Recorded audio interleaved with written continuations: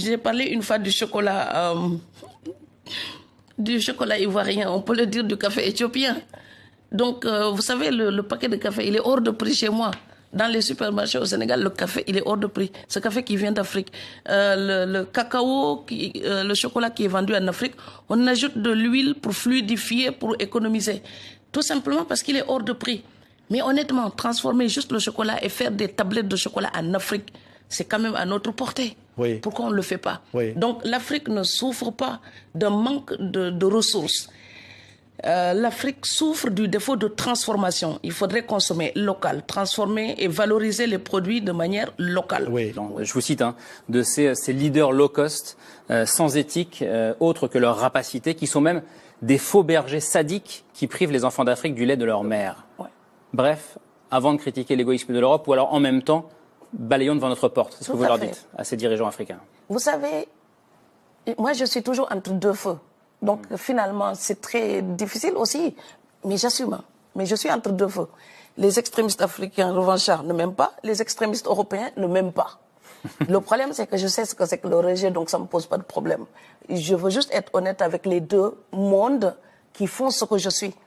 Donc mon amour de l'Europe fait que chaque fois quand je dois critiquer quelque chose sur l'Europe, en fait, je me fais violence. Parce que je vis en Europe. J'habite à Strasbourg. J'ai aussi la nationalité française. Je ne la cache pas.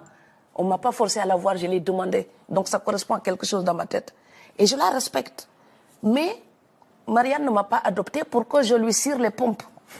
Marianne, elle m'a adoptée pour que je sois une vraie citoyenne française digne d'elle-même et des valeurs qu'elle défend.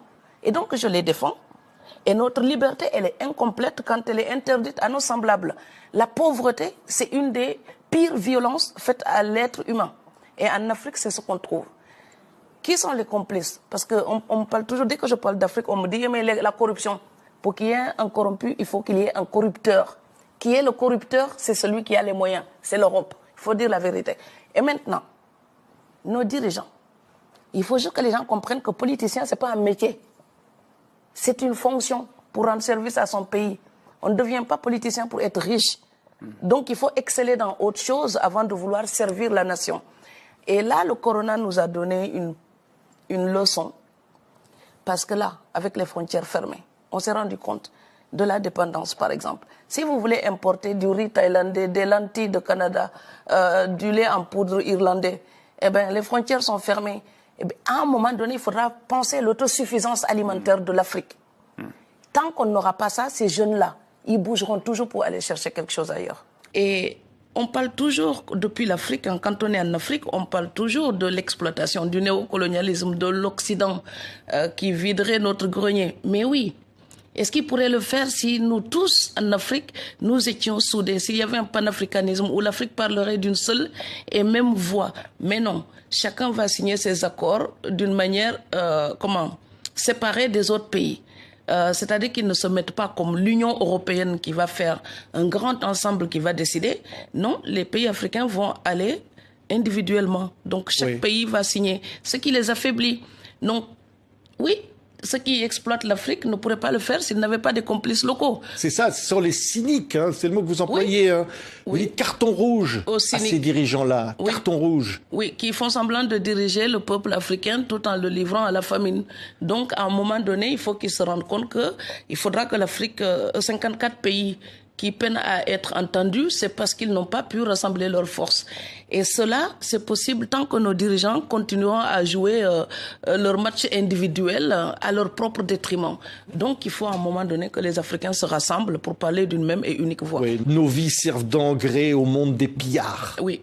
Les mots sont forts. Et oui, regardez l'espérance de vie en Afrique. Donc, c'est l'espérance de vie au Sénégal, par exemple. Si déjà, à 40 ans, vous n'avez toujours pas trouvé un travail stable, quelle retraite pouvez-vous imaginer? Donc, du coup, c'est un monde où l'Afrique est là comme une réserve disponible pour ceux qui peuvent utiliser ces ressources. Le pétrole africain, vous connaissez une compagnie africaine qui exploite le pétrole africain? Non, tous les noms. Ce sont des noms de pays riches, donc des exploitants extérieurs. Vous connaissez une mine d'or en Afrique qui appartient aux pays africains? À part l'Afrique du Sud, ça n'existe pas. Oui. C'est toujours. Oui. Ce que vous dites, impossible d'avoir de l'électricité dans les villages africains, alors que l'uranium du Niger fait tourner les centrales nucléaires occidentales. À plein régime. Ouais. Oui. Et puis derrière les villages de Niamey, on allume de la bougie. Oui. Quand vous allez dans les îles du Saloum, l'électricité n'est pas permanente. Et donc tout ça, franchement, si votre uranium permet d'alimenter les centrales nucléaires occidentales, vous pouvez au moins négocier une centrale nucléaire pour l'Afrique de l'Ouest. C'est un minimum. Oui. Oui. C'est quand même pas éthique, même pour les gens qui utilisent cet uranium pour s'éclairer, pour avoir leur eau chaude, pour pouvoir cuisiner. Quand on sait que les villages juste à côté de l'endroit d'où vient cet uranium, ces villages-là ne peuvent même pas avoir l'électricité. Comment peut-on servir de réserve aux autres alors que la gamelle est vide en Afrique? En Afrique, oui. Fatou Diome, ça fait longtemps que vous parlez de ces questions. Qu'est-ce que vous diriez aujourd'hui à un jeune Sénégalais qui est prêt à tout pour partir? Aux jeunes Sénégalais, mais aussi à l'Europe. Aux jeunes Sénégalais, je dirais que, quel que soit le pays, il faut lutter pour s'en sortir. Et aux jeunes Sénégalais, je dirais aussi qu'il y a certains qui n'acceptent pas certains boulots au pays et ils font des boulots encore plus difficiles quand ils arrivent en Europe et encore très très mal payés. Mais dire cela, pour moi, ça ne suffit pas parce que ça fait longtemps que je parle de ce phénomène. Donc à l'Europe, je dirais ceci. Quand vous déplacez le grenier des gens, quand ils ont faim, ils suivent le grenier. Donc au Sénégal, il y a la réduction des ressources halieutiques. Donc ces gens-là, Mbour, j'ai fait mon lycée là-bas. Donc ce sont des pêcheurs. C'est exactement la même chose que dans ma région. Maintenant, il y a une raréfaction du poisson. Il y a de moins en moins de poissons. Mais vous voyez les bateaux européens qui viennent ratisser les côtes sénégalaises jusque dans l'estuaire du Sine Saloum, juste au large, là où vous avez pris la pirogue pour traverser. Juste derrière, on trouve de grands bateaux des chalutiers européens. Il y a ce que Thomas Piketty dénonçait. Ils ne payent pas les impôts dans les pays africains où ils travaillent. Donc ces jeunes-là, il faut d'une manière ou d'une autre les occuper, les nourrir, les éduquer.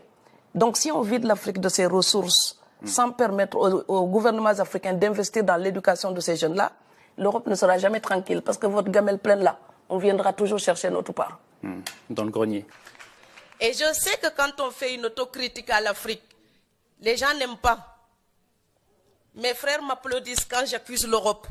Et puis quand je fais notre autocritique, je deviens la mauvaise. Mais je suis en même temps les deux. La fille qui peut regarder les fautes de l'Europe, mais la fille qui dit, si je veux que ma voisine européenne me respecte, si je veux parler avec elle d'égal à égal, je dois arrêter de demander la moitié de son salaire pour gagner le mien. L'Afrique, la faute qu'elle doit reconnaître, et on doit absolument accepter cette autocritique. L'Afrique a trop longtemps gardé son complexe colonial, regardant l'Europe non comme un partenaire de négociation, mais comme un maître dont on accepte à la fois le secours, mais aussi le mépris.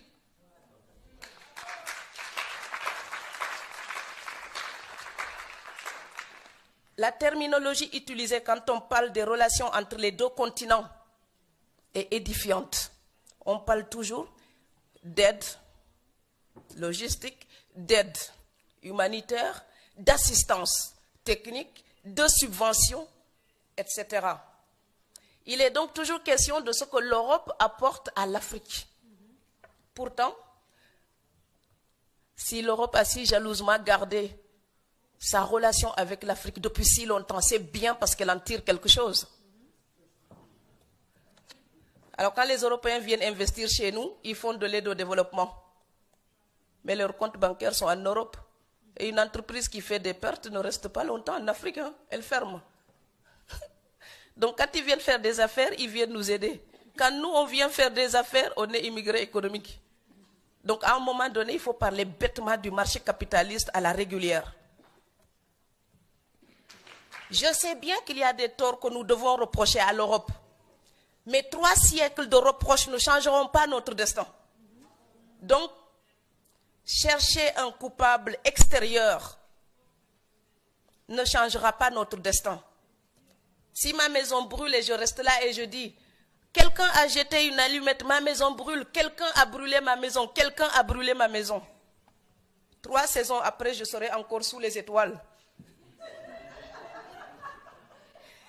Donc oui, l'Afrique peut reprocher des choses à l'Europe. Oui, mais les défaillances de nos dirigeants d'aujourd'hui, nous ne pourrons pas les justifier, les légitimer uniquement en accusant l'Europe. Ce serait nous mentir à nous-mêmes.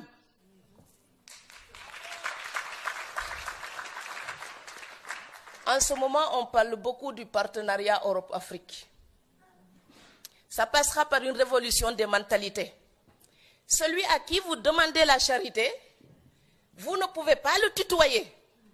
Celui à qui vous demandez la charité, vous ne pouvez pas lui imposer des règles. Celui à qui vous demandez la charité, vous baissez la tête devant lui. Et quand nos dirigeants baissent la tête, les peuples se mettent à genoux.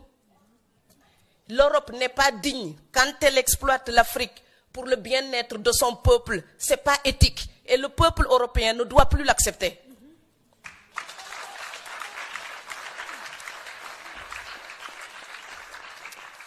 Et l'Afrique n'est pas digne quand elle se plaint tout le temps et que le peu de richesse qu'elle a, certains l'utilisent pour leur propre compte et laissent le peuple démuni. Ce n'est pas éthique non plus. Si le partenariat est une association en vue d'agir pour un bénéfice commun, je suis d'accord. Mais il est évident que pour l'instant, c'est l'Europe qui mène la danse. Alors de deux choses l'une, si vous voulez danser avec moi, vous ne pouvez pas seulement compter sur votre souffle, vous allez m'épuiser. Donc si vous voulez danser avec moi, on doit organiser nos pas et nous entendre doucement et nous entendre. C'est une conciliation. Ce n'est pas une domination, ce n'est pas un contrôle, ce n'est pas une tutelle, c'est une conciliation. Si le partenariat Europe-Afrique consiste simplement à imposer aux pays africains des accords soucieux des seuls intérêts européens, ce ne serait pas un partenariat, ce serait un contrat léonin, donc inacceptable. Ce serait même plus hypocrite que la colonisation. Il s'agit donc de rendre son plein sens au mot partenariat. Si l'Europe veut aider l'Afrique vraiment, il faut sortir de la condescendance et de la supposée aide pour un vrai et juste, transparent partenariat. Le partenariat Europe-Afrique peut apporter une véritable ingénierie à l'Afrique. Il n'y a pas de complexe à cela. L'Afrique doit apprendre à prendre des autres et à échanger, sans complexe. La mondialisation, la crise économique et le drame actuel des migrants nous montrent que les problèmes d'aujourd'hui transcendent les frontières. Ils demandent donc des solutions collectives. Pendant longtemps, les populations, les communautés humaines ont organisé leur survie, les unes au détriment des autres. Aujourd'hui, ce n'est plus possible. Donc la communication est internationale, les gens sont informés. Donc ce que je sais et ce que je peux revendiquer et ce que j'attends de l'Europe, peut-être que ma grand-mère ne pouvait pas réclamer la même chose. Eh bien, elle était moins informée. Et puis elle voyageait moins. Donc le monde globalisé aujourd'hui nous permet de nous rencontrer et de voir s'il y a des choses justes ou injustes. Et l'injustice, elle est intolérable aux 4 points cardinaux.